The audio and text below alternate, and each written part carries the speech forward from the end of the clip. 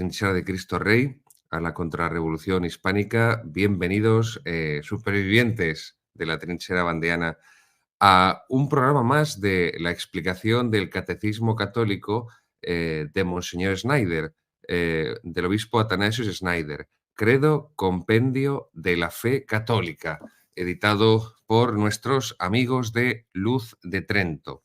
Credo, compendio de la fe católica, editado por nuestros amigos de Luz de Trento. Les recuerdo que para poder hacerse con el catecismo tienen que dirigirse a la asociación Luz de Trento. No lo van a encontrar en librerías, no lo van a encontrar en Amazon o en la Casa del Libro o en otras plataformas. Solamente la asociación Luz de Trento, que lo ha editado, es la que se encarga de distribuirlo, de su venta. Entonces tienen que dirigirse a su dirección, que se les pondrá también aquí durante el vídeo, para que puedan ponerse en contacto con los amigos de Luz de Trento. Pues bien, en la última sesión comenzamos la explicación de este catecismo de Monseñor Schneider con el padre Moore. En esta ocasión, en lugar de acompañarnos el padre Moore, tenemos el honor y el privilegio inmenso e inmerecido de que nos acompañe el mismísimo Monseñor Schneider, que ha sido su autor. Y con él vamos a ir avanzando en esta explicación en las siguientes secciones para profundizar, para conocer mejor nuestra fe a través de esta herramienta, de este instrumento que es obra de la predicación y del estudio, de la oración, de la meditación, de la reflexión y, en definitiva, también de la sabiduría y de la experiencia apostólica de Monseñor Schneider. Para quien todavía no conozca, si hay alguien que no conociera a Monseñor Schneider, les puedo decir que nació en 1961 en Tokmok, Kirguistán, Asia Central, antigua Unión Soviética, URSS. Hijo de alemanes deportados por Stalin, recibió y vivió la fe en la Iglesia del Silencio. Es miembro de la Orden de Canónigos Regulares de la Santa Cruz desde 1982. Fue ordenado sacerdote el 25 de marzo de 1990 en Brasil. Enseñó patrología en el Seminario María, Madre de la Iglesia, en Karagandá. Nombrado obispo auxiliar de Karagandá por Benedicto XVI el 2 de junio de 2006, fue consagrado obispo en la Basílica de San Pedro en Roma y desde 2011 es obispo auxiliar de la Archidiócesis de María Santísima en Astaná. Pues sin más por mi parte, damos la bienvenida a nuestro querido Monseñor Schneider. Gracias. Muy bienvenido, Monseñor, y muchísimas gracias por compartir su tiempo con nosotros.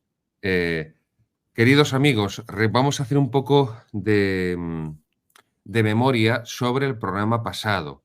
En el programa pasado comenzamos la explicación de este catecismo con la introducción, que es lo que vimos con un servidor, con el padre Moore y un servidor. Esa introducción a la doctrina cristiana sobre la identidad cristiana, la divina revelación, las fuentes de la doctrina cristiana. Recuerden, la Sagrada Escritura, la tradición, el magisterio no es una fuente de la divina revelación, solo la Sagrada Escritura y la tradición. Pues todo esto ya es lo que vimos con el padre Moore y un servidor la semana pasada. Para aquellos que deseen profundizar más, recuerden las obras que estuvimos recomendándoles, especialmente para nuestros queridos hermanos sacerdotes que nos están siguiendo y, como les decía, que han descubierto y se han convencido cada vez en mayor medida con el paso del tiempo de que la formación que han recibido en el seminario, pues en muchas ocasiones ha sido basurienta, ha sido muy defectuosa y quieren una formación católica, apostólica y romana, pero ya ordenados sacerdotes con todo el trabajo que tienen, pues no es fácil tener el tiempo y la dedicación y el ambiente. Entonces, siguiendo este curso con el Catecismo Credo, Compendio de la Fe Católica de Monseñor Schneider, les proponíamos, a raíz de la temática que vamos tratando, una serie de obras para que puedan profundizar y tener una formación integral, una formación unitaria, una formación católica. Y la primera obra que recomendábamos era esta, pues para mí la obra más grande de Garrigou-Lagrange, un gran teólogo dominico del siglo XX, uno de los más grandes, la Síntesis Tomista. Reginald Garrigula Grans, la síntesis tomista, está editado en papel, se puede adquirir en Amazon y también en la página traditioop.org. En esta página pueden encontrar muchísimas obras de teología y de espiritualidad católicas, tradicionales, tomistas sobre todo, y para el que no quiera la edición de papel, ahí se la puede descargar. También estuvimos, esta obra de Garrigou Lagrange, la síntesis tomista, es un resumen de la Suma Teológica. Queridos amigos hispanohablantes, los 16 volúmenes de la Suma Teológica bilingüe están resumidos en un solo volumen, que es este, aquí está, perfectamente resumido. Ahí está, traditioop.org, para el que desee esta obra, la síntesis tomista, si se la quiere descargar, y otras muchas obras de teología magníficas, como por ejemplo la dogmática, la teología dogmática de Michael Smaus. Pero bueno, como son 8 volúmenes, ahí no he querido recomendarla porque ya es mucho más amplia. Pues junto con la otra gran obra de Garrigou Lagrange, Las 3 edades de la vida interior, esta de la síntesis tomista son las dos más logradas y más conseguidas de él. Así que para todos los que nos siguen, sacerdotes y no sacerdotes, que puedan disponer y deseen de una formación más profunda y católica y tradicional a raíz de estos programas y de esta lectura del libro de Monseñor Snyder del Credo, Compendio de la Fe Católica, se la recomendamos. Y también aprovechamos para recomendar las encíclicas papales, el Magisterio Pontificio, que Monseñor Snyder cita en su catecismo a raíz del programa que hicimos en la ocasión anterior sobre la Sagrada Escritura y la tradición. Recuerden, se pueden entrar en la página del Vaticano y ahí las pueden encontrar. Era la encíclica Spiritus Paraclitus de Benedicto XV. Spiritus Paraclitus. Después, la encíclica Providentissimus Deus de León XIII. Providentissimus, bueno, cronológicamente, Providentissimus Deus, León XIII, Spiritus Paraclitus, Benedicto XV, Divino Afflante Spiritu, Pío XII. Esas 3 encíclicas papales son un magisterio bíblico, es una teología bíblica para la comprensión de la Sagrada Escritura en católico, no en protestante, en católico. Así que estas citas que hace de estos documentos pontificios Monseñor Snyder a pie de página en su catecismo, las recomendamos para que haya esa lectura paralela, profundizadora, a medida que se va estudiando el catecismo. Porque recuerden, la intención de esta serie de programas mensuales no es que simplemente los vean y ya está, sino que la visualización de este programa les sirva de resumen o de introducción de la lectura personal, que ustedes hagan del catecismo de Monseñor Snyder. Es una ayuda, es un auxilio, es un soporte, es una colaboración. No se trata de que los programas sustituyan la lectura, el estudio y la meditación de la obra de Monseñor Snyder, Credo, Compendio de la Fe Católica. Muy bien, pues vamos allá. En la sección primera, Monseñor, Dios Padre y la creación, el primer artículo del Credo. La existencia de Dios, Me ha alegrado muchísimo, Monseñor, que en la pregunta número 16 de esta sección primera, capítulo primero, ¿cómo sabemos que Dios existe? Y sobre todo en la 19, pruebas de la existencia de Dios, pues que usted se refiera, anote las 5 pruebas de la existencia de Dios, las 5 vías famosas de Santo Tomás de Aquino, que están en la Suma Teológica, en la Prima Pars, la primera parte, la cuestión segunda, artículo 3. Prima Pars, cuestión 2, artículo 3. Pruebas de la existencia de Dios. ¿Cuáles son las principales pruebas racionales de la existencia de Dios? No es un detalle de menor importancia, queridos seguidores, que Monseñor Snyder subraye, introduzca en el catecismo las 5 vías tomistas para demostrar la existencia de Dios, porque nos está recordando Monseñor Snyder que la fe y la razón van unidas y no pueden no ir unidas, que la filosofía y la teología en católico van unidas y no pueden ir desunidas, de lo contrario caemos en el racionalismo moderno o en el fideísmo y el nominalismo protestante. Y esta pregunta 19, Monseñor, las pruebas de la existencia de Dios, las 5 vías, pues ¿nos puede usted introducir y explicar un poco, por favor? Sí, primero que es un dogma de la fe que proclamó el primer Concilio Vaticano, que cada hombre es capaz de reconocer con la luz natural de la razón la existencia de Dios.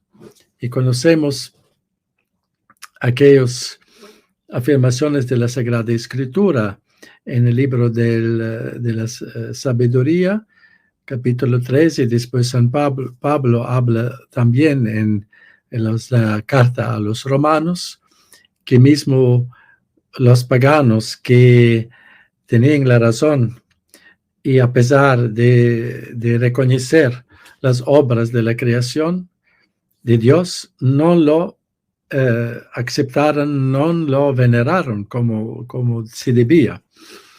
Este es el principio general, y de después San Tomás de Aquino ha presentado estas 5 vías que son, con nuestra razón, la luz natural, podemos reconocer con estas causas, especialmente la causalidad. Yo pienso que más profundo, según la lógica, y yo pienso que en el mundo, el tiempo moderno, comenzando con el racionalismo, también ha abandonado el uso de la razón, la lógica. Y esto es muy importante de conservar la lógica o el sentido común de la razón.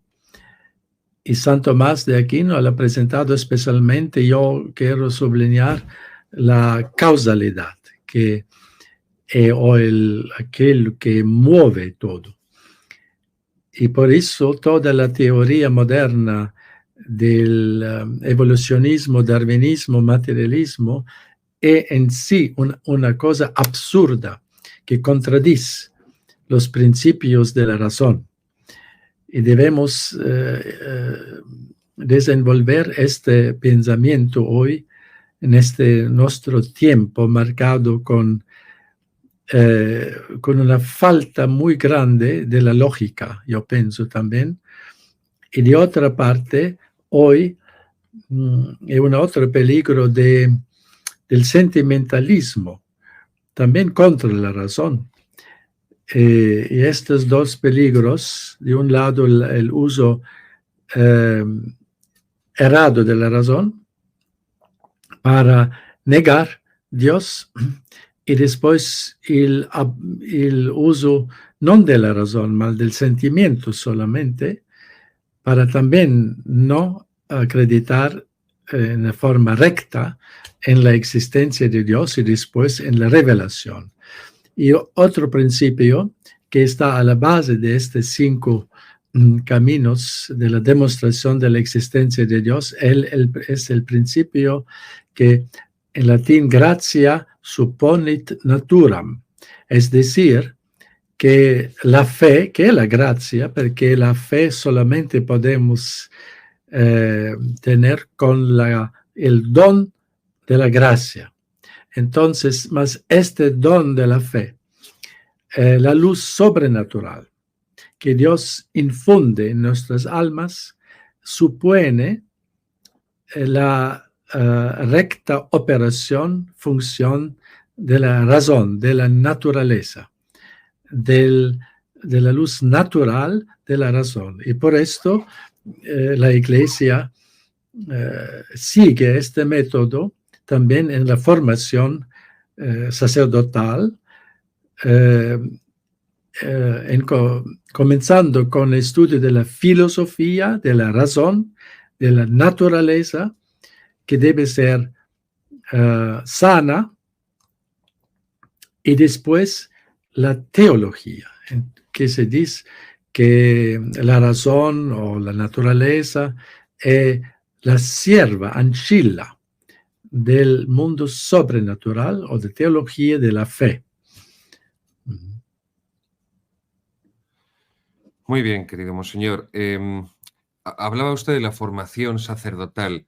Yo tengo una teoría, no sé si alguna vez con motivo de alguno de los momentos en los que hemos estado juntos, usted y yo, no sé si creo que no se la he formulado. Hay un fenómeno y es que se produce en la Iglesia. Hay seminarios en los que se imparte una buena formación o digamos una formación ortodoxa a nivel teológico, en el sentido de que se enseña el magisterio de la Iglesia. Es cierto que con una sobredimensión completa del Vaticano II, pero bueno, al menos se enseña el magisterio de la Iglesia en líneas generales, pero filosóficamente hay una formación muy baja, hay una formación muy, muy débil, muy, muy pobre, y eso yo por mi experiencia personal, porque un poco de esto tuve que vivir en el seminario de Toledo, y por amigos sacerdotes de muchos lugares de España, les ha pasado algo similar también, eso que ha provocado que se ponga mucho más, se acentúe y pese mucho más la formación filosófica, perdón, la formación teológica que la filosófica, la teología, la fe en lugar de la razón, como usted bien decía, citando a Santo Tomás, la gracia presupone la naturaleza, como la fe presupone el conocimiento, la fe presupone la razón. Y hace de esa manera que indirectamente, monseñor, el sacerdote tenga cierta inclinación hacia un fideísmo, como si lo importante fuera solo la teología, se olvidara esa base previa a la que usted se refería, racional anterior, y al final, claro, una teología, una formación teológica, aunque sea ortodoxa, sin unas bases filosóficas, como usted hacía referencia, lógicas, previas, sólidas, insisto, no de forma directa, pero de forma indirecta, colabora a crear una mentalidad fideísta. De manera que, si a mí me han dado una buena formación teológica, transmitiéndome el magisterio de la Iglesia, la enseñanza de la Iglesia, pero me falta, porque es débil, esa formación lógica, metafísica, filosófica previa, se tiende a considerar que la Iglesia, las altas jerarquías de la Iglesia, pueden hacer y deshacer como crean conveniente con el depósito de la revelación, con el depósito de la fe, que desde el punto de vista teológico sé muy bien, monseñor, que tampoco es posible ni concebible, pero es un fenómeno que tiendo a comprobar en sacerdotes amigos. Si hubieran tenido pienso, esto es mi teoría, usted me dice o me corrige, si hubieran tenido un más equilibrio en esa formación filosófica, en esos buenos fundamentos, lo que intentaran hacerles pasar por ortodoxia a nivel teológico, se darían cuenta enseguida que no. Es decir, la obediencia hacia la autoridad de la Iglesia no es ilimitada y el ejercicio de la autoridad de la Iglesia está subordinada a la verdad de Cristo. Bien, no sé qué me puede decir usted de esta cuestión que le planteo.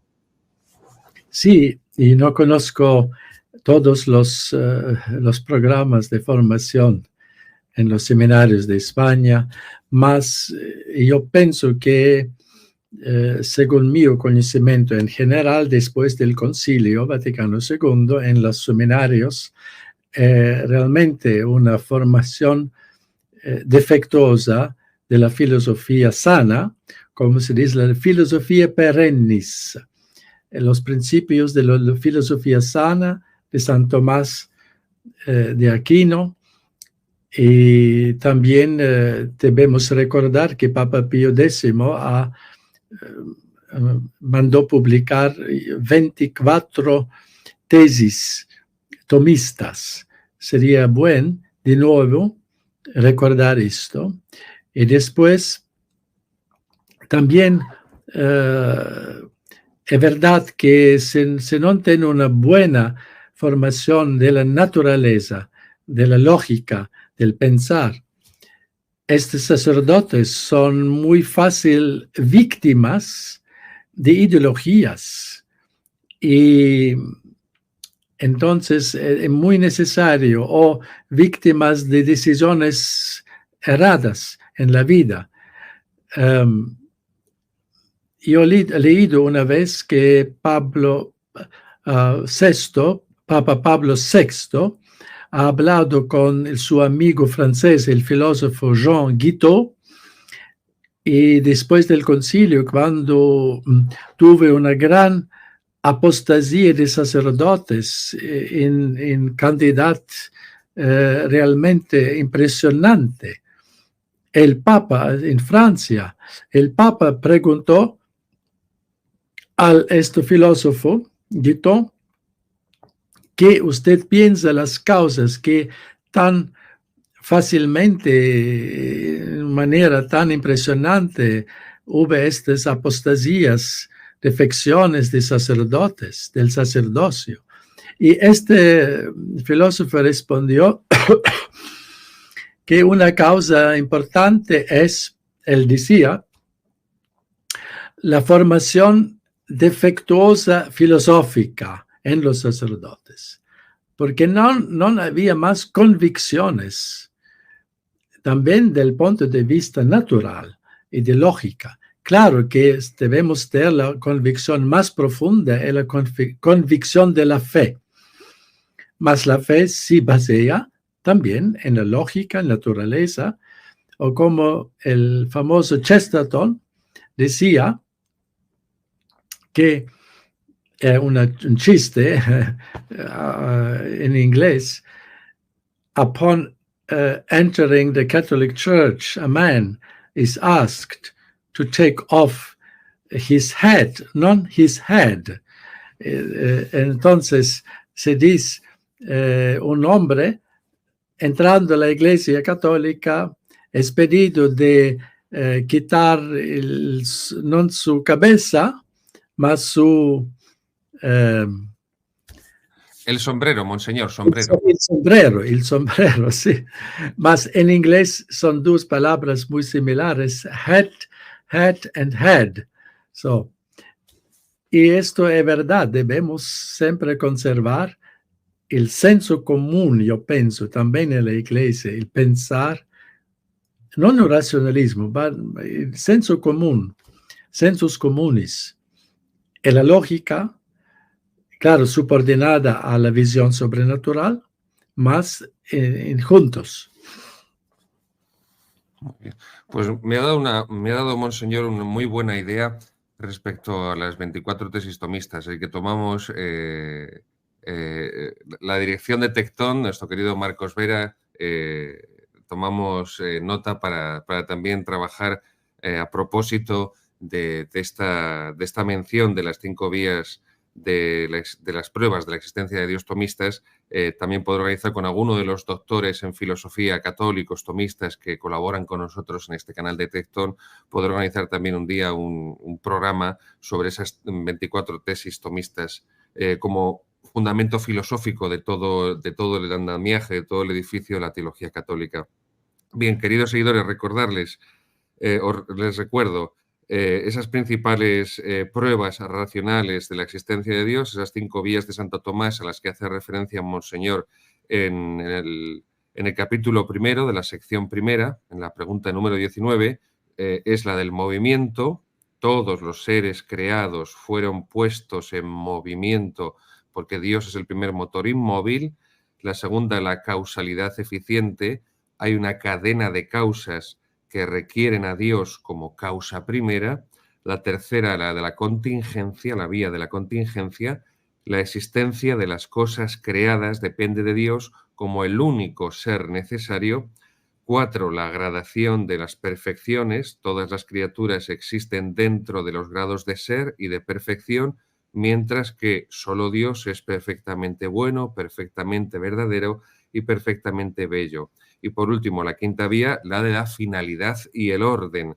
Todos los seres creados tienen un fin y un orden que Dios les ha dado como última causa inteligente. De verdad, no piensen que no tienen una importancia decisiva, no digo ya importante, decisiva, estas 5 vías, estas 5 pruebas de la existencia racional de Dios de Santo Tomás. Y pasamos, Monseñor, a la pregunta número 23. ¿De qué manera la ley moral universal prueba la existencia de Dios? Es decir, la ley natural, la ley moral natural, ¿de qué manera la existencia de Dios podemos también, no solamente racionalmente por esas 5 vías tomistas, sino como a través también de la ley moral natural, inscrita en el alma racional del ser humano, creado por Dios a su imagen, cómo a través de esa ley natural podemos conocer también la existencia de Dios?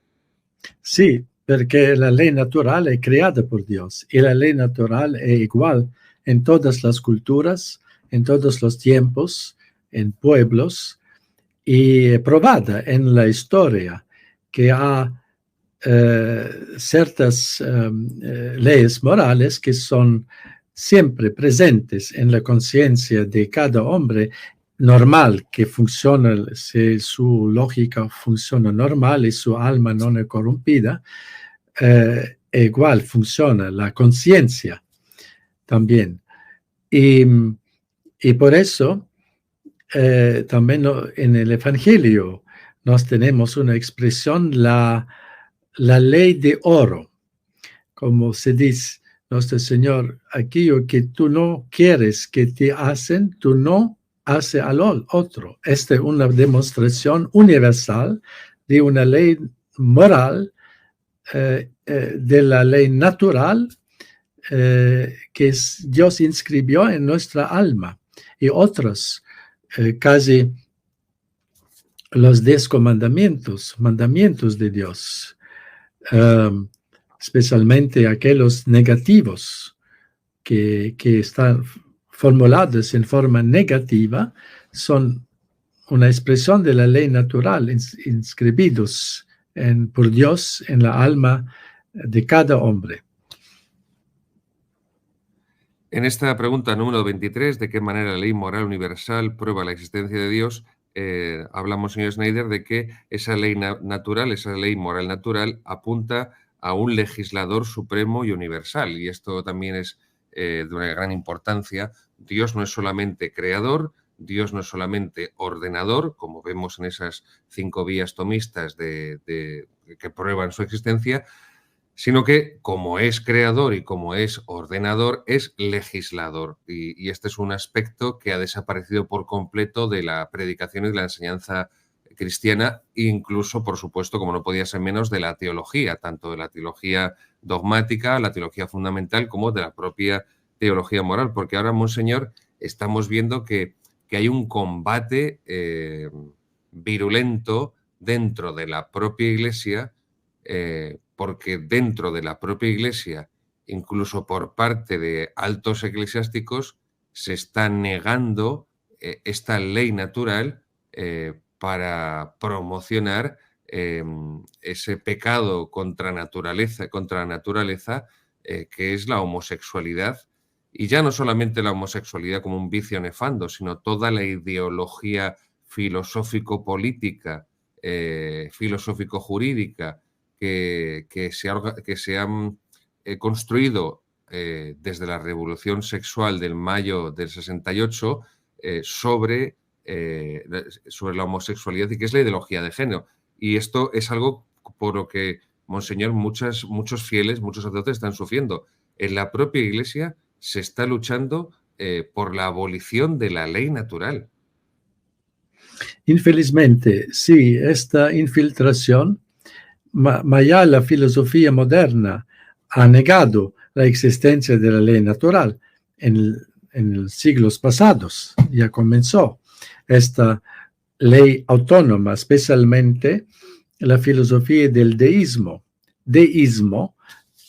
y que es también la filosofía básica de la masonería, de la ideología masónica, que ellos difundían la sin llamada ley de autonomía de la ley natural, o de la ley moral, para que el hombre establece él mismo su ley, y no debe responder, porque no hay legislador. El legislador el hombre mismo. Entonces, este antropocentrismo radical contra Dios, contra el Creador, y penetrado también en la Iglesia, también con el modernismo, que no negaran directamente la ley natural, mas los modernistas propagaban el principio del relativismo intelectual y moral, que no hay una verdad, que la verdad, decían los modernistas, es un producto de la cultura, de la historia. Y así también la ley natural, la ley moral, es la ley de la verdad. Y así penetró muy en la vida de la Iglesia, y hoy tenemos la culminación de esta en propagar aquello que evidentemente contra la razón, la naturaleza, como los actos homosexuales y el homosexualismo es de ideología. Debemos de nuevo propagar, establecer la doctrina sobre la ley natural, que Dios es nuestro, no solamente creador, es nuestro legislador también, que nos da la ley, los mandamientos, y que nuestro juez también, que debemos responder a él. Sí, además, queridos seguidores, no olviden que también en el origen está Occam, Guillermo de Occam, que niega la ley natural porque niega los universales. Al negar los conceptos universales, pues niega la ley natural, y Occam es la principal fuente en la que se va a formar Lutero, y el propio Lutero lo dice: yo soy de la facción de Occam, yo soy del partido de Occam. Entonces, esa negación de la ley natural por parte del nominalismo de Occam va a pasar después corregida, bueno, más que corregida, aumentada en la teología del protestantismo, teología entre comillas también, porque acaba siendo antropología, antropocentrismo, esa teología protestante, y a través de eso, a través de la vía protestante, ese nominalismo fideísta del siglo XIV va a llegar hasta nosotros, como acaba de decir Monseñor, a través del modernismo. Es decir, los errores se transforman, los errores se transmutan y van cambiando de pie a lo largo de los siglos, del tiempo, dependiendo de la época, pero son al final los mismos errores, las mismas herejías que simplemente cambian de pelaje. Y esto es muy importante lo que ha dicho Monseñor, y que sepamos detectar las corrientes nominalistas. Por ejemplo, una corriente nominalista actual. ¿Esto es un sínodo de obispos? No, pues es que no es un sínodo de obispos, porque no es solo de obispos, no hay padres sinodales, también hay madres. No, yo digo que es un sínodo de obispos, es que es un sínodo de obispos. Bueno, eso es nominalismo. Hay bendiciones litúrgicas y bendiciones pastorales. No, eso no existe. No, pues yo digo en este documento que esto es así, y son bendiciones pastorales, y por narices tienen que ser bendiciones pastorales porque digo yo que soy el que mando. Eso es nominalismo.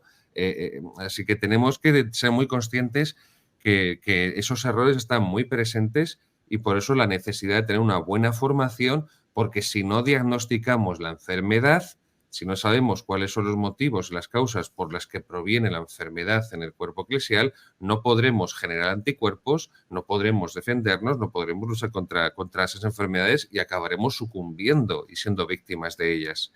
Sigue explicando Monseñor Schneider en la pregunta número 28 y 30, en el apartado, seguimos en esa sección primera, Dios Padre y la creación, en ese primer artículo del credo, en el capítulo primero, Dios, la existencia de Dios, que son los números del 13 al 18, para que vayan haciendo esa lectura nuestros seguidores del catecismo paralela al contenido de estos programas.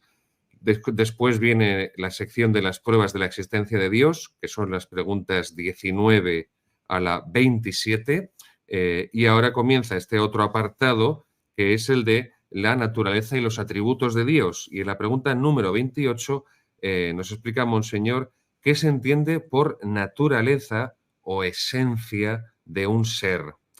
Y dice, el principio intrínseco por el cual una cosa es lo que es, aquello sin lo cual no podría existir. Y esto creo que también es de una importancia prioritaria, Monseñor, porque el concepto de naturaleza, la noción de naturaleza, es negado abiertamente por la filosofía moderna, y de ahí va a ser también negado, evidentemente, por la teología moderna, modernista, contemporánea. El sentido de naturaleza de cara a la teología moral, como usted bien decía, con esta ideología del homosexualismo, pero también la noción de naturaleza para la teología dogmática, por ejemplo, sobre la doble naturaleza de Cristo. Si puede también un poco introducirnos aquí, por favor. Sí, conocemos también el principio de la sana filosofía. San Tomás de Aquino repitió en latín, agere sequitur esse. Nuestras acciones es una consecuencia de nuestro ser o de la esencia, como somos creados por Dios, como Dios nos pensó. Y así de esto debe ser nuestras acciones, corresponder. Y si nos separamos estos dos, la ley natural y después sin el fundamento de la esencia, de aquello que es esencial, que constituye tu esencia, pensada por Dios en su sabiduría. Entonces, sería una contradicción del sentido, de la finalidad de nuestro ser, que somos creados en todos los sentidos, comenzando con la vida natural, moral y después también eterna, que somos creados por la gloria de Dios. Esto es la creación. Nuestro ser, nuestra esencia es orientada hacia la gloria de Dios, no en los mismos nosotros. Somos dependientes. Nuestro ser, nuestra esencia del ser creados, como la teología dice, ex nihilo, somos creados. Dios creó nuestro ser de nada, mas la esencia divina es eterna, absoluta, y también todas las otras calidades de Dios que nos conocemos son idénticos con el ser divino. En el ser divino no hay esta separación. En nosotros tenemos nuestro ser, nuestro agir, nuestra acción. Yo pienso que debemos de nuevo subrayar este principio, agere sequitur esse, y para corresponder nuestras acciones, y también aplicando a la vida de la iglesia, que Dios dio esta estructura a la iglesia, la esencia de la substancia de la iglesia, de ser el cuerpo místico de Cristo, y de esto sigue las acciones de la iglesia, de construir, edificar con la fe, con los sacramentos, con esta estructura divina, jerárquica, el cuerpo místico de Cristo aquí en la tierra. Agere sequitur esse, obramos conforme somos. El obrar sigue al ser, muy importante. En la misma sección de la naturaleza y atributos de Dios también se detiene Monseñor a explicar los atributos de Dios, esas perfecciones que pertenecen a Dios, los atributos divinos. Y en la número 33, la pregunta número 33, se detiene a explicar qué se entiende por la unidad de Dios. Y escribe Monseñor: ¿qué se entiende por la unidad de Dios? Que solo existe un Dios, un único ser divino, y no puede haber muchos dioses. Aparte, además, es un principio de lógica. Si Dios es porque es infinito, y si hubiera más dioses, entonces ya no serían infinitos, porque donde empieza uno acabaría el otro. Pero entonces, acerca de esta, porque es una herejía claramente, Monseñor, de que todas las religiones llevan a Dios. ¿Estaríamos hablando de que hay varios dioses o de que es el mismo Dios, pero cada religión lo entiende de una forma distinta, pero al final no importa el contenido de cada religión? Porque muchas personas, Monseñor, han caído en este error porque es lo que le ha transmitido la propia Iglesia. No, la Iglesia oficialmente no enseñó esta cosa, mas infelizmente algunos altos representantes en la actual vida de la Iglesia, infelizmente, han promovido esta ideología, este error, sea con las prácticas concretas, como infelizmente ocurrió con el culto de Pachamama en Roma, y otras acciones similares promovidos por altos clérigos en la Iglesia, y después también estas afirmaciones que usted citó: todas las religiones son caminos por Dios, Dios quiere la diversidad de religiones. Infelizmente, ya conocemos estas expresiones, mas esto no es el magisterio auténtico de la Iglesia, es un abuso del magisterio. Por eso no podemos decir que la Iglesia habla así, no. Mismo si el Papa habla así, no es la Iglesia, porque el Papa no es idéntico con toda la Iglesia. El Papa no puede decir, como decía el rey francés Luis XIV, l'état c'est moi. El Papa no puede decir la Iglesia c'est moi. La Iglesia soy yo. No, el Papa también es el miembro de la Iglesia. Claro que el cabeza visible de la Iglesia, mas solamente vicario de Cristo, y a veces, raramente, ocurría que algunos papas promovían ambigüedades o errores en la historia. Gracias a Dios, raramente. Y por eso estos errores, ambigüedades, no son la doctrina de la Iglesia, por nada. No.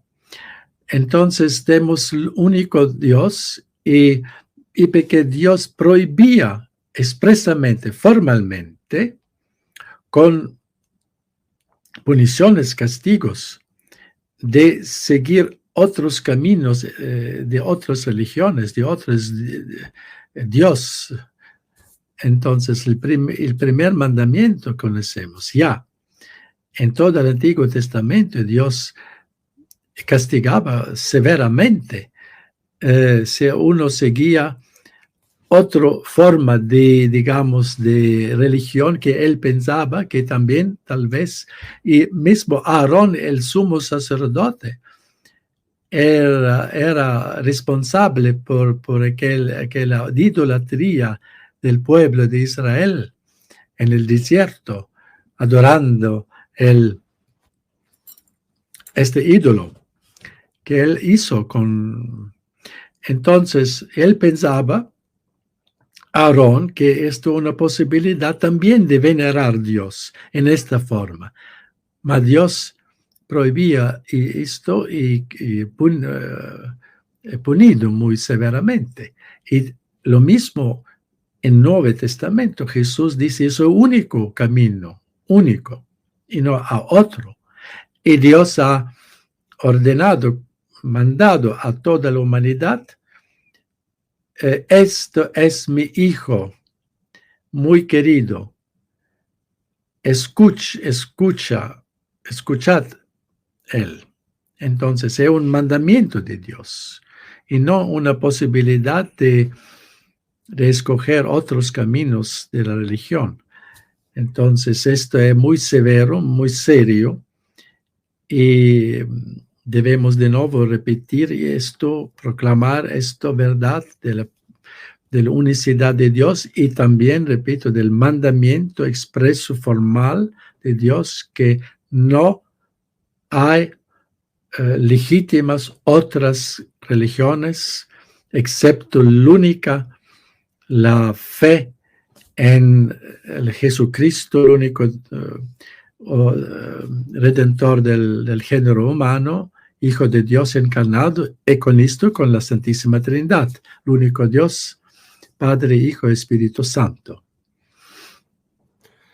Continuando ya en esta sección de los atributos divinos, de las perfecciones de Dios, en el número 47 explica usted qué se entiende por la omnipotencia de Dios. Y escribe que Él puede hacerlo todo, excepto, y esto es lo importante, excepto lo que contradice su propia naturaleza, como mentir o cambiar.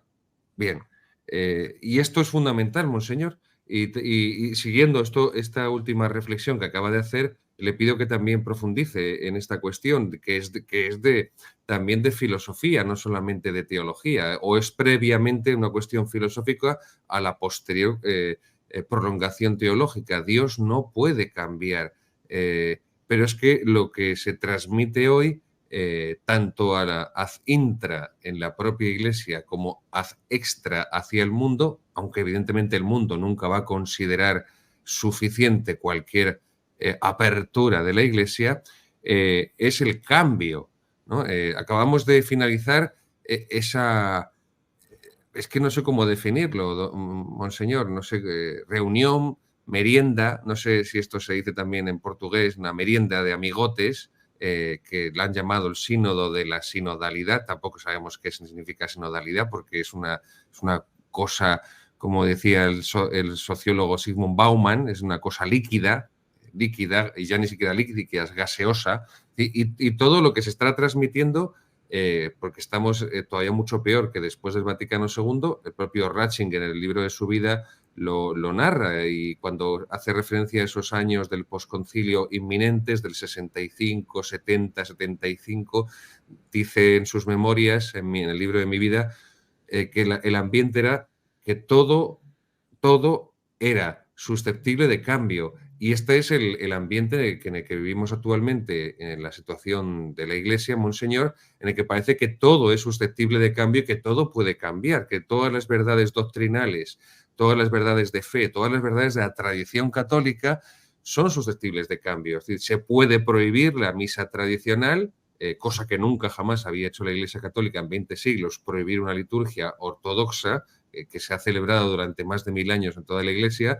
Se puede cambiar la concepción de la ley natural, y por lo tanto se pueden bendecir uniones homosexuales sodomíticas, se puede cambiar la constitución jerárquica de la Iglesia y hacer una Iglesia democrática, sinodal, asambleísta. Se puede cambiar, parece que todo puede cambiar, pero si todo puede cambiar en la Iglesia, significa que Dios también cambia. Sí, claro, mas esto es el principio del relativismo doctrinal, moral, el principio de la filosofía moderna, que no hay una verdad constante, inmutable. Y yo pienso también, esto es un reflejo de la filosofía moderna, que Dios, digamos, el agnosticismo, que no podemos conocer Dios y sus calidades, en este caso la inmutabilidad de Dios, que es verdad, y la verdad es inmutable, porque Dios es inmutable. Entonces, si nos consideramos que las verdades pueden cambiar, o mismo contradecir la lógica, esto sería también, en cierto sentido, una falsa opinión de Dios. En ese sentido, casi una forma del paganismo, donde los dioses paganos cambiaban. Una caída en el paganismo, porque la filosofía moderna lleva con el tiempo a una religión pagana. Y nosotros hoy podemos constatar ya la presencia muy fuerte en la sociedad occidental de un neopaganismo irracional también, y contrario a la lógica. Y esto es una característica del espíritu moderno siempre más.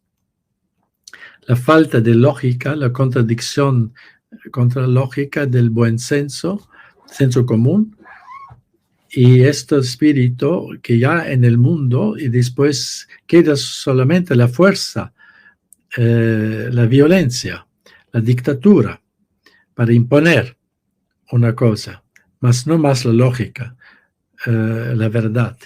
Y este método mundano, secular, característico de nuestro tiempo, que no, en el siglo XX hemos visto esto con las dictaduras nazistas, comunistas y otras, y hoy con la dictadura neocomunista, neomarxista de la Unión Europea y del mundo occidental, que nos impone con violencia y astucia la ideología del género, por ejemplo.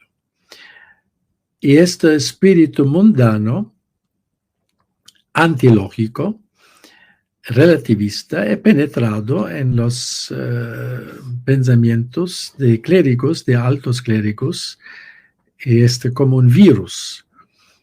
Y debemos de nuevo, yo pienso, los católicos deben hacer una especie de alianza mundial también con personas no católicas o no cristianas, simplemente una alianza mundial del sentido común. Debemos de nuevo restablecer, y con podemos después de edificar una vida social más conforme a la dignidad verdadera de Dios, del hombre, y como preparación evangélica, preparación a una nueva evangelización, restablecer la lógica, el sentido común, para, en base de esto, evangelizar. Esto vemos, por ejemplo, en África, y yo visité muchas veces África, y puedo constatar este sentido común, sentido de la ley natural, obvia. Es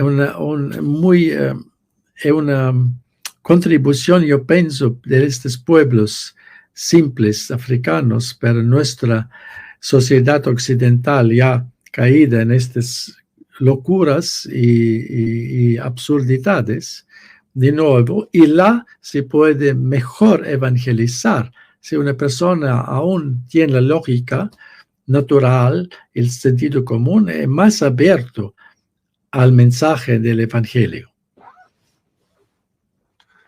Me alegro particularmente esto que comenta Monseñor, porque hay una corriente filosófica en España que se denominan ateos católicos, es el materialismo filosófico, son ateos, pero ateos católicos. En otra ocasión, cuando tenga oportunidad de hablar con más tranquilidad con usted, le explicaré un poco en qué consiste. Yo tengo amistad y colaboro se llama la Fundación Gustavo Bueno, por el nombre de ese filósofo español ya fallecido, Gustavo Bueno, que se denominaba asimismo ateo católico, que siempre fue muy, muy respetuoso y admirador de la Iglesia y de toda la obra histórica de evangelización y de civilización de la Iglesia, especialmente en Hispanoamérica, y que fue un gran conocedor ahí tenemos Gustavo Bueno, y fue un gran conocedor de la escolástica católica. Él estudió muchísima teología con los grandes, con Santiago Ramírez, por ejemplo, el padre Santiago Ramírez, dominico, probablemente el mayor teólogo del siglo XX, Santiago Ramírez. Queridos seguidores, ustedes no le conocerán en absoluto Santiago Ramírez, el padre Santiago Ramírez, teólogo de Salamanca, porque el que se nos vende como el mayor teólogo del siglo XX es un hereje que se llama Karl Rahner. Y por ahí va mi siguiente pregunta, Monseñor. Ya pasamos al capítulo 2 de la Santísima Trinidad, y en la pregunta número 72, usted explicando este misterio de nuestra fe de la Santísima Trinidad, escribe: ¿son las tres personas divinas realmente distintas y al mismo tiempo unidas? Sí, dice usted, solo son distintas en las relaciones que las distinguen. En Dios todo es uno, salvo las relaciones de oposición. Me detengo en esta pregunta porque la dialéctica de Hegel, la filosofía dialéctica de Hegel, aunque comience con Fichte, pero es Hegel el que la desarrolla y la amplía, esto está en ese teólogo alemán, jesuita, Karl Rahner. Se puede poner nuestro técnico alguna foto del amigo, ahí le tenemos, y este hombre, su teología es la teología que se ha implantado desde el Vaticano II. Monseñor, usted lo sabe perfectamente, en los seminarios, en las conferencias episcopales, en los miembros del Colegio Cardenalicio. No voy a seguir subiendo, no quiero que me fusilen en Zocodover, en la plaza de Zocodover en Toledo, pero es la teología dialéctica de Karl Rahner, influida por Hegel, por Kant, por Hegel y por Heidegger, la que impermeabiliza la Iglesia tras la que permea la Iglesia tras el Concilio Vaticano II. Y él tiene una concepción dialéctica de Dios, tiene una concepción dialéctica de la Santísima Trinidad. ¿Cómo nos puede explicar, Monseñor, que esa Trinidad de personas que son distintas, que tienen relaciones de oposición unas con otras, se distinguen, pero que es un Dios uno? Primera cosa, la Santísima Trinidad, el misterio absoluto. Debemos siempre saber eso. Absoluto, misterio absoluto. Solamente podemos llegar más próximo con nuestra razón, iluminada por la fe. Esto es importante, la iluminación de la fe. Entonces, y sabemos que Dios se reveló así, que es un Dios y tres personas. Y los teólogos, los padres de la Iglesia, solamente podían en cualquier forma racional de proponer una explicación con las relaciones mutuas de oposición, la única posibilidad de distinguir realmente en Dios. Y siempre desde el inicio de la Iglesia había estos dos peligros extremos. De un lado, el así llamado monarquianismo o sabelianismo, que decía, modalismo también, que decía que un Dios y los nombres Padre, Hijo, Espíritu Santo son solamente modos o nombres o apariciones de la misma única sujeto en Dios, que es único, que se manifestaba como Padre, como Hijo, solamente una manifestación. Esto es una herejía que la Iglesia condenó, el modalismo sabelianismo, y esta quería subrayar la unicidad en Dios, mas también tener cuenta de estos nombres revelados en el Evangelio, Padre, Hijo, Espíritu Santo, o en el bautismo. Otro extremo era el subordinacionismo. Ya comenzó un poco con Orígenes de Alejandría y después con arianismo, la culminación de simplemente reservar que única persona divina es el Padre, el arianismo, el Hijo y el Espíritu Santo son personas más creadas. Entonces, básicamente fuera de la esencia de substancia de Dios, y son formas especiales de creación y con más conservando los nombres de Padre, Hijo, Espíritu Santo. También una especie de ¿cómo se dice? Querían reconciliar el paganismo, donde había una gradación de dioses diversos. Y de otro lado, el judaísmo, que solamente el Padre único es Dios. Y esto era una herejía enorme que fue condenada por el Concilio de Nicea, el primer concilio ecuménico.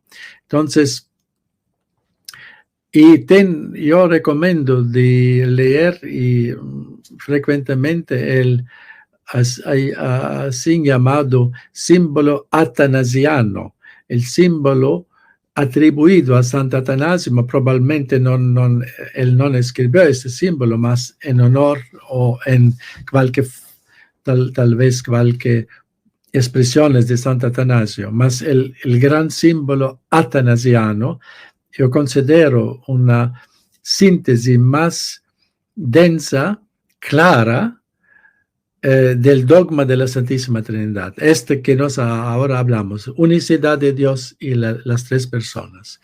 Y por ejemplo, en este símbolo Athanasianum, se dice, no podemos decir que tenemos tres dioses. También tenemos solamente un Señor, no tres señores. Un creador, no tres creadores. Entonces, es importante conservar esta terminología también. Y un único Señor, no tres señores. Entonces, único Dios, único Creador. Entonces, sabemos y confesamos con la nuestra fe que no es contraria a la razón, mas supera la nuestra razón. Eso debemos decir. No es contra la lógica, mas supera y entra ya en el misterio de Dios en sí mismo. Sí, esto que estaba comentando también me venía a la mente, Monseñor, cómo el modernismo busca la modificación, el cambio de la terminología dogmática tradicional. Otra gran obra de Garrigou Lagrange que está descatalogada y que es casi inencontrable, la filosofía del ser y las fórmulas dogmáticas, la filosofía del ser y las fórmulas dogmáticas, donde él, en polémica con la teología nueva, con la Nouvelle Théologie, que ya estaba infectando tantos centros superiores de enseñanza teológica católica, defiende esa terminología tradicional de los dogmas, esa terminología tradicional de la teología escolástica, que cuando se ha introducido por la Nouvelle Théologie, por la teología moderna, está el sentido común, la filosofía del ser y las fórmulas dogmáticas. Creo que también está en esa página a la que antes hacía referencia, traditioop.org. Por eso es tan importante que puedan acudir a esa página donde están todos estos textos que ustedes pueden descargar gratuitamente. Pues aquí hacía referencia a esto, el gran Garrigou Lagrange, que se mantenga la terminología tradicional católica a nivel teológico, a nivel dogmático, a nivel litúrgico. Lo que se ha producido, Monseñor, ha sido que se ha introducido nominalísticamente, por eso antes cuando he citado a Occam, nominalísticamente se ha introducido una terminología moderna dentro de la propia teología católica, dentro de los propios documentos oficiales de la Iglesia, que ya no es unívoca, como los términos teológicos tradicionales, que no tiene un solo significado, sino que es equívoca, que tiene varios posibles significados, y por eso la cuestión de si hay una lectura continuista del Vaticano II o una lectura rupturista, algo que nunca había ocurrido. Pero bueno, seguimos avanzando, que si no, no terminamos hoy. Vamos a concluir ya estos 3 capítulos primeros, porque no queremos abusar de su tiempo ni de su paciencia, Monseñor Schneider. La creación. El hecho de la creación. Estamos en el capítulo 3 de esa sección primera. Define, Monseñor, ¿qué es la creación? El acto por el cual Dios libremente da origen a seres a partir de la nada, la creatio ex nihilo. Es decir, haciendo que sea lo que antes no existía. Esto es una ¿cómo decirlo? Una prerrogativa divina. Solamente Dios puede crear algo de la nada. La Iglesia no puede crear algo de la nada. El Santo Padre, el Papa, los obispos no pueden crear cosas de la nada simplemente porque lo deseen voluntarísticamente. Y salto de la pregunta 80, por lo tanto, a la 86.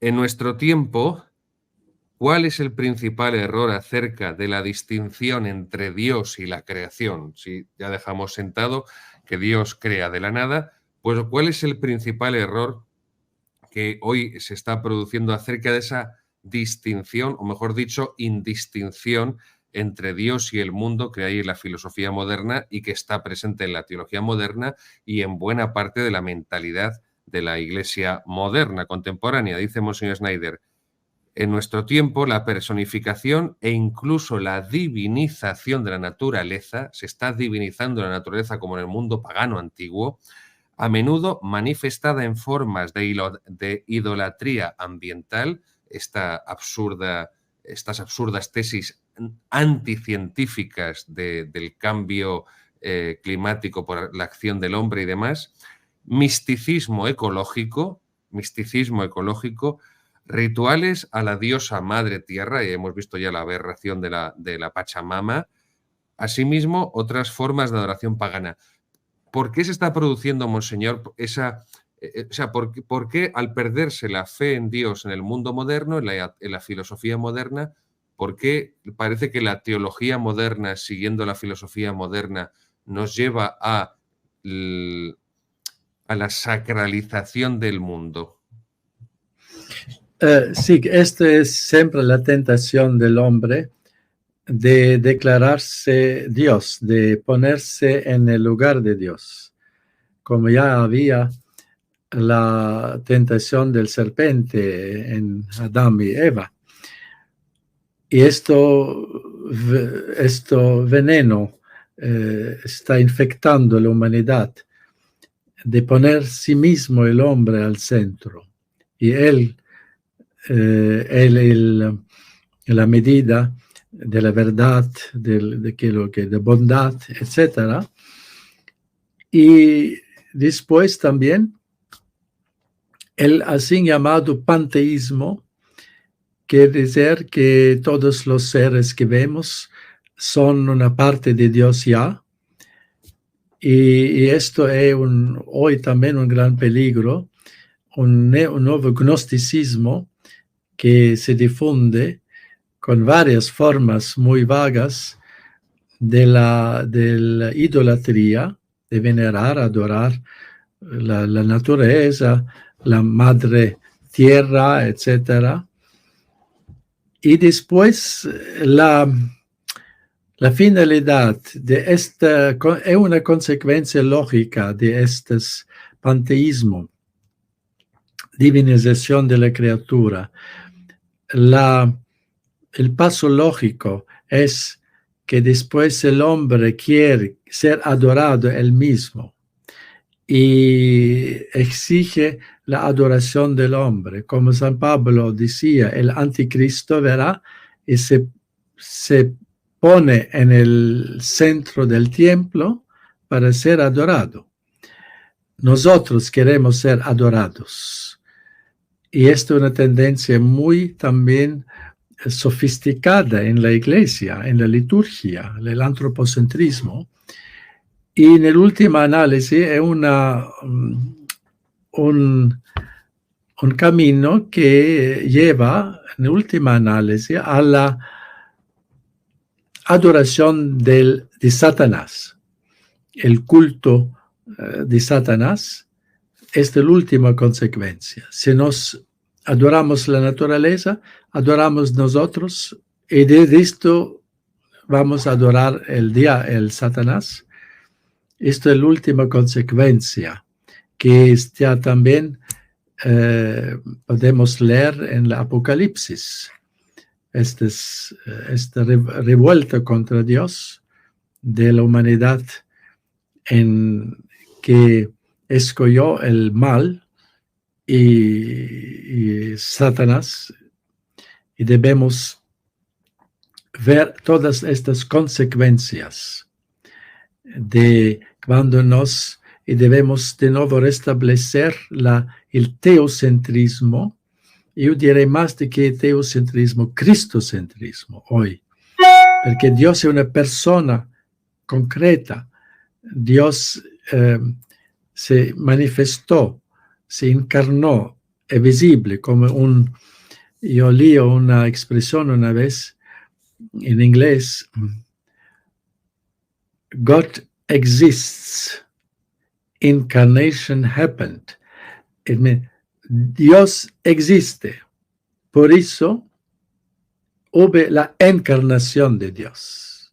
Dios visible, encarnado, Cristo, Jesucristo. Por eso debemos de nuevo cristocentrismo en nuestro pensar, en nuestro vivir, en nuestra liturgia. Esto era el método pastoral de la iglesia de siempre, el cristocentrismo. Esto era la liturgia de los santos, de todos los tiempos, la liturgia que conocemos tradicional, cristocéntrica, muy cristocéntrica.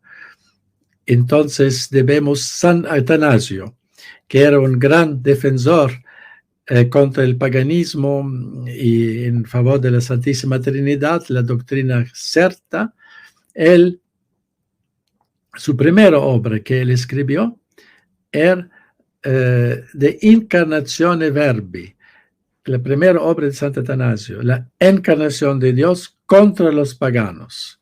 Esto es el fundamental verdad que debemos de nuevo proclamar hoy, la verdad de la encarnación y después todo el método, el camino encarnatorio de Dios que se manifiesta mismo en detalles, encarnatorio, que Dios es visible, Cristo es encarnado, debe ser el centro en las iglesias, el tabernáculo en el centro.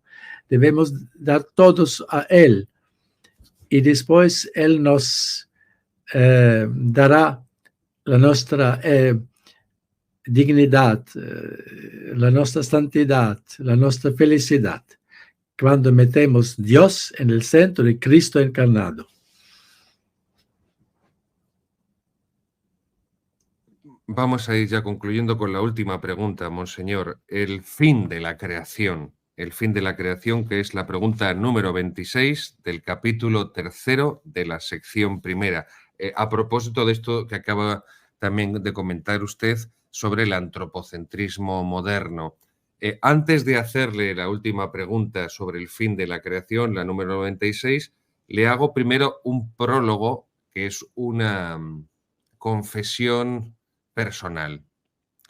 Durante mis 6 años de seminario, Monseñor, yo, aparte de la formación, una buena formación, la que recibí en mi seminario de Toledo, por mi cuenta, paralelamente, de forma autodidacta, aprovechaba el tiempo de estudio también, aparte de lo que me daba cada profesor en cada asignatura del manual o de los apuntes, para conocer directamente la enseñanza de la Iglesia a través del magisterio papal.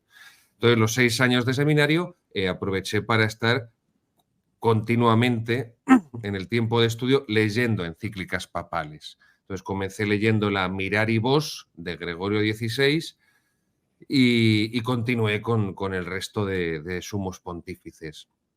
Bien, este antropocentrismo al que usted se refería, cuando sigo leyendo el Magisterio Pontificio, a Gregorio XVI, a Pío IX, el Sílabus, la Quanta Cura, sigo leyendo León XIII, sigo leyendo San Pío X, Benedicto XV, sigo leyendo al Gran Pío XI, a Pío XII y tal.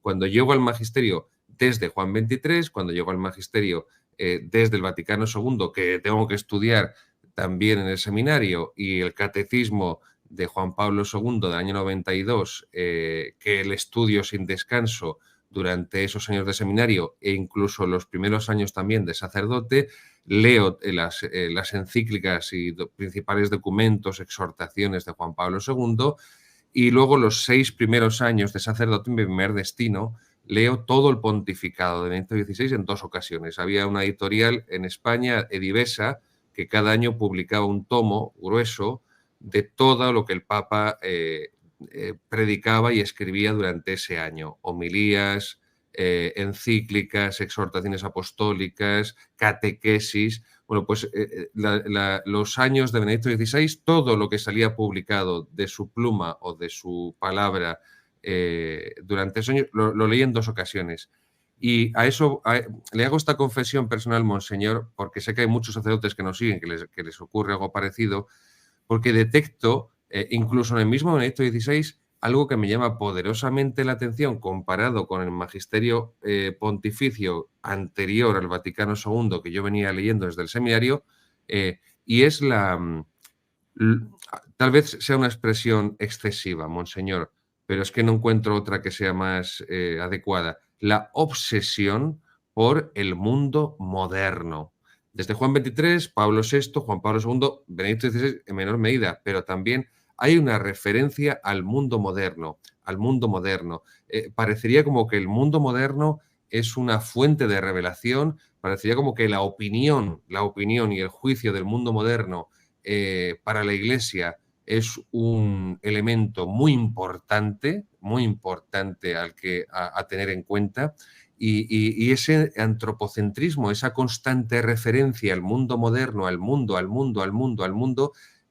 siempre me causaba una gran aridez espiritual, y porque veía que, a diferencia del magisterio anterior Vaticano II, la Iglesia, entiéndaseme, no estaba pendiente del mundo, no estaba continuamente mirando al mundo, esperando que el mundo reaccionara a sus ofrecimientos y a sus, no sé, puertas abiertas.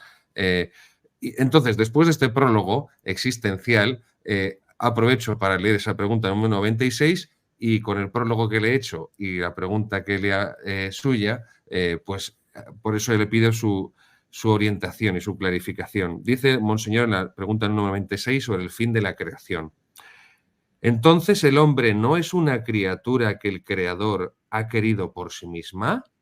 No, que esto está en Gaudium et Spes, que a mí siempre reconozco que, aunque estuviera en primero de seminario y mi formación teológica estuviera en paños menores, porque estaba comenzando, siempre me escandalizó esa frase de Gaudium et Spes, que Dios ha querido al hombre por sí mismo, Dios ha amado al hombre por sí mismo, la única criatura a la que ha amado por sí misma. Entonces, ¿el hombre no es una criatura que el Creador ha querido por sí misma? Dice Monseñor. No. Aunque el hombre nunca debe usarse como un mero medio para un fin, la noción de que el hombre existe simplemente por sí mismo es un error autorreferencial del antropocentrismo, arraigado en la filosofía anticristiana de Immanuel Kant, que, insisto, es uno de los padres filosóficos de la teología moderna.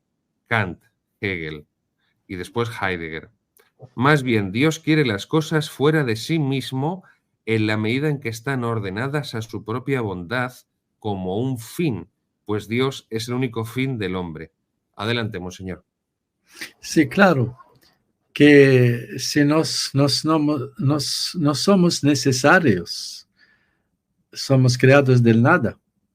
Entonces, ya el San Tomás ha dicho en las demostraciones de la existencia de Dios, la contingencia, que no somos necesarios. Y por eso no podemos, en este sentido, claro que tiene una explicación en San Tomás de Aquino, que Dios creó al hombre por sí mismo, más él en los comentarios de las sentencias hace una explicación muy larga, y más hablar en un texto breve de un magisterio, yo pienso no es responsable, porque abre la puerta de tantas ambigüedades y malas interpretaciones en sentido de este moderno antropocentrismo kantiano.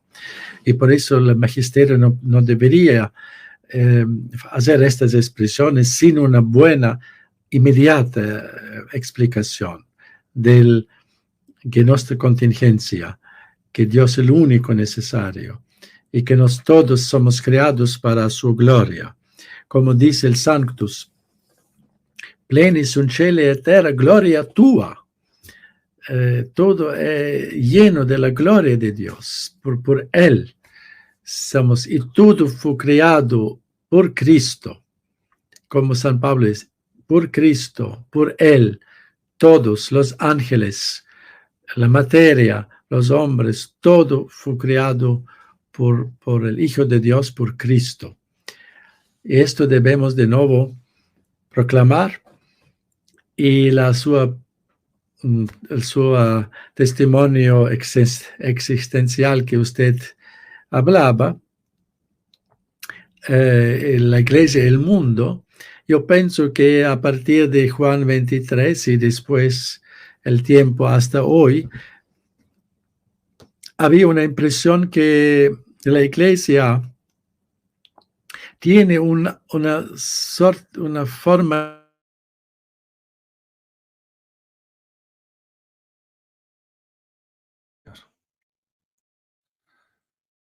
Vaya, estamos perdiendo a Monseñor Schneider. Y esto y seguro que es interesantísimo. A ver, qué pena. Bueno, ahora le diremos que lo retome, porque justo lo más interesante, bueno, lo más, que también era muy interesante lo que iba a decirnos Monseñor. Nuestro técnico puede ponerse en contacto con él por si tiene algún problema. Pero es cierto, hay una tendencia, creo que es, es, eh, es un dato empírico, es un dato objetivo, no se puede negar, no se puede acusar de tener una imagen o una intención torcida, no recta, y tener una serie de prejuicios tendenciosos, porque creo que es evidente, ¿no?, que existe esa tendencia, más que incluso que tendencia, me atrevo a llamarlo obsesión, en la Iglesia desde el Vaticano II de buscar la aceptación del mundo moderno y de perseguir al mundo moderno en busca de una comprensión como con el mundo moderno, cuando precisamente el origen del mundo moderno está cifrado en la negación de Dios. Es verdad que la modernidad no se construye sobre la negación de la existencia de Dios, porque todavía en la modernidad se conserva la fe en Dios, pero sí que la modernidad se edifica sobre la negación de que Dios sea legislador, de que Dios sea legislador, y por eso la sustitución de la voluntad de Dios por la voluntad del hombre, de la soberanía popular, de la democracia, del liberalismo, que la libertad del hombre está por encima de la libertad de Dios, que los derechos del hombre están por encima de los derechos de Dios. Todo eso es el mundo moderno en su primera fase cronológica, lo que se conoce propiamente como la edad moderna, y con mayor virulencia en en la segunda fase, que si la edad moderna estamos hablando ya del siglo XVI-XVII, la segunda fase ya es la Ilustración en el siglo XVIII, donde simplemente hay una continuidad con el plexo de ideas erróneas, con el núcleo de ideas equivocadas, de filosofías equivocadas de la modernidad, cronológica, insisto, que en esa segunda modernidad también, que ya no es cronológica, pero que es ideológica, que es el siglo XVIII ilustrado, se va a cifrar en este mismo principio. Es decir, Dios no es legislador. Dios existe, ¿de acuerdo? El ateísmo como fenómeno de masas prácticamente no surge hasta el advenimiento del comunismo, del marxismo-leninismo. Eh, Eso es cierto, incluso muchos ilustrados se reconocen, el propio Voltaire, deístas, creen un Dios vago, en un Dios que no es legislador, que no actúa para nada en el mundo, pero un Dios que sí, que reconocen su existencia, el ser supremo, ¿no? Que esto ocurrió también durante la Revolución Francesa, el culto al ser supremo. Bien, pues estos son los cimientos ideológicos de la modernidad, y por eso esta pregunta que le hacía a Monseñor Schneider, porque la Iglesia parece que busca el entendimiento, bueno, parece no, está clarísimo y no hay más que leer los documentos del Concilio Vaticano II y sobre todo especialmente el discurso, esto siempre se olvida y se pasa por alto, el discurso inaugural. Yo lo recomiendo sobre todo a los sacerdotes, a los muchos sacerdotes que nos siguen, que lean, que se tomen la molestia, que tampoco es tan largo, de leerse el discurso inaugural del Concilio Vaticano II de Juan XXIII y el discurso de clausura de Pablo VI. El discurso de clausura de Pablo VI el 7 de diciembre de 1965, para comprender que realmente hay una toma de postura oficial en la Iglesia, empezando por el Papa, empezando por Juan XXIII y continuando por Pablo VI, de perseguir la aceptación de la Iglesia por el mundo moderno, en el sentido de que no sea el mundo moderno el que se convierta a Cristo a través de la Iglesia, sino que sea la Iglesia y por lo tanto Cristo los que se adapten a las categorías mentales del mundo moderno, y por lo tanto a las categorías vitales, a las formas de vida sin Dios, o sin un Dios operante, que solamente sea un Dios teórico, teorético, abstracto, lejano, y Ahora, esto es lo que es. Ahora, por fin, monseñor, gracias. Ha empezado usted justo antes de cortarse a explicarnos a partir de ha citado usted a Juan 23 y ya lo hemos perdido, así que si lo puede retomar ahí, por favor. a partir de Juan 23 y después hasta hoy, había una impresión que la Iglesia a una especie de complejo de inferioridad frente al mundo. Y nuestro Señor Jesucristo no había un complejo de inferioridad. Los apóstoles no tenían ningún complejo de inferioridad y no respondían al mundo, mas proclamaban al mundo la verdad, claro, con amor, con clareza, con celo. Y nuestro Señor dijo, el mundo siempre os perseguirá, como ha perseguido a mí, dice Cristo. Y si nos hablamos segundo el deseo del mundo, el mundo nos ama. Mas si no hablamos segundo el mundo, él nos odia. Estas son las palabras de Cristo, de los apóstoles. Y la Iglesia siempre, desde los primeros tiempos, claro, habíamos también los apologistas del segundo siglo, mas ellos hablaban claramente también los errores del mundo y proclamaban la unicidad de Cristo. Y entonces no debemos la Iglesia dar cuentas diante del mundo, no, solamente diante de Dios y de la eternidad. El mundo siempre nos perseguirá. Y San Pablo dice, quien quiere ser amigo del mundo será el enemigo de Dios. Esto es la palabra de Dios. Estas son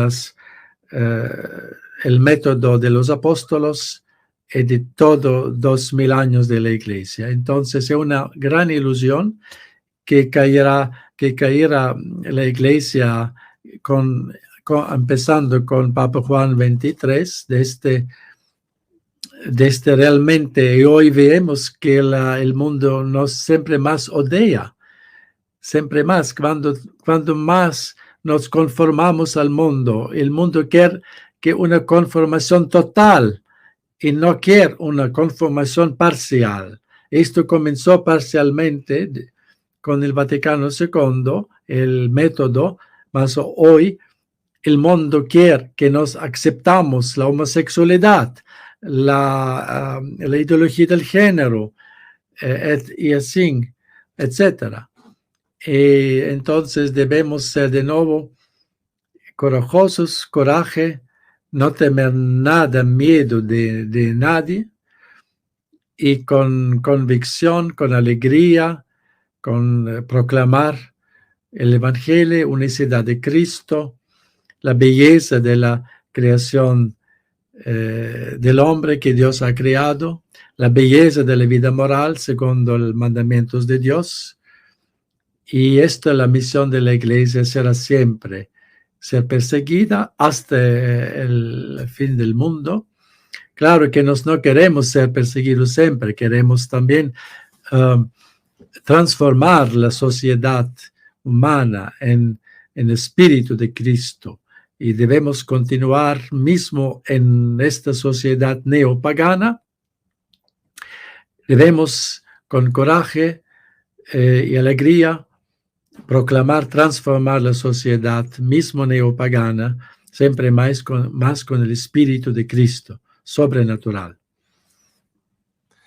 Muchísimas gracias, monseñor. Queridos seguidores, Credo, Compendio de la Fe Católica, Obispo Athanasius Schneider, publicado por Luz de Trento. Les mandamos también un fuerte abrazo a nuestros amigos de Luz de Trento. Tienen que dirigirse a la Asociación Luz de Trento para conseguirlo, para adquirirlo.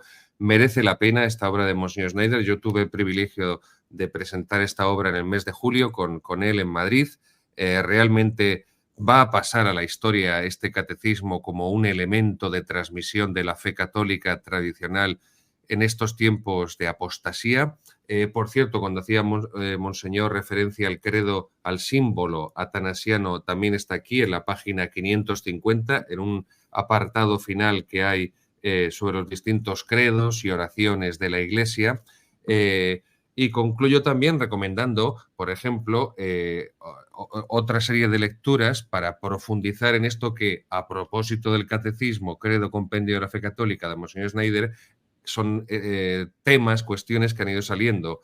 Este libro, Infiltración, de Taylor Marshall, Infiltración, el complot para destruir la Iglesia desde dentro, también de nuestros amigos de la editorial Homo Legens, y el prólogo fue escrito por Monseñor Atanasio Schneider.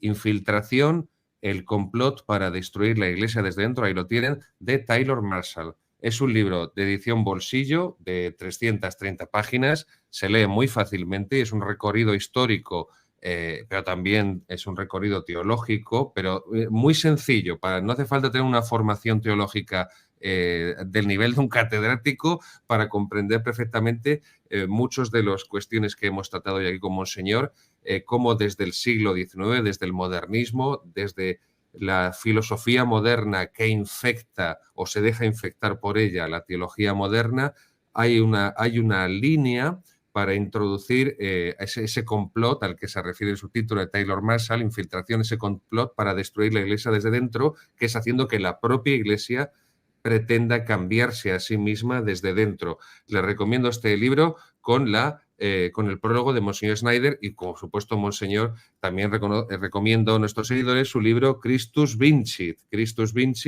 de Monseñor Atanasio Schneider, entrevistado por Diane Montañe, El triunfo de Cristo sobre la oscuridad de la época, ediciones Parresía. Este lo pueden adquirir en plataformas digitales como pues también Amazon o Casa del Libro.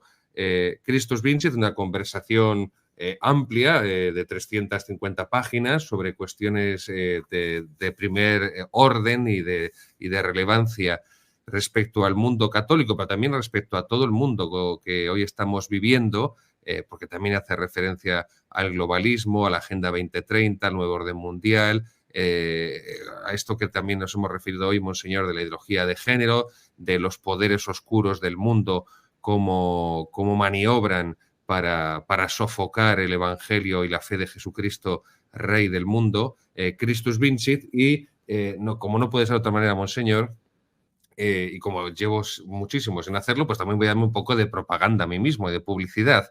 De Roma a Berlín, Gabriel Calvo Zarraute, que se lo regalé a Monseñor Schneider en una ocasión cuando estuvo en Toledo. De Roma a Berlín, la protestantización de la Iglesia Católica, volumen 1, de Gabriel Calvo Zarraute.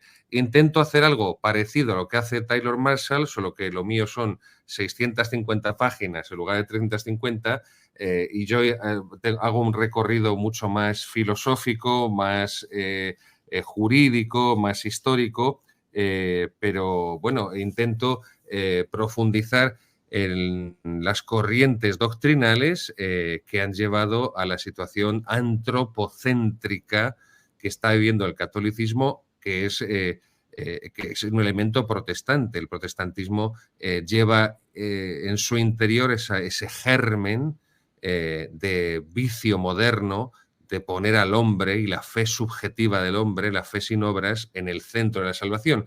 ¿Y por qué dejo esto para el final, Monseñor? No es solo para darme publicidad, es porque mi libro de Roma a Berlín lo concluyo de esta forma. En el último capítulo hago un comentario bibliográfico de algunas de las obras que utilizo en esta obra.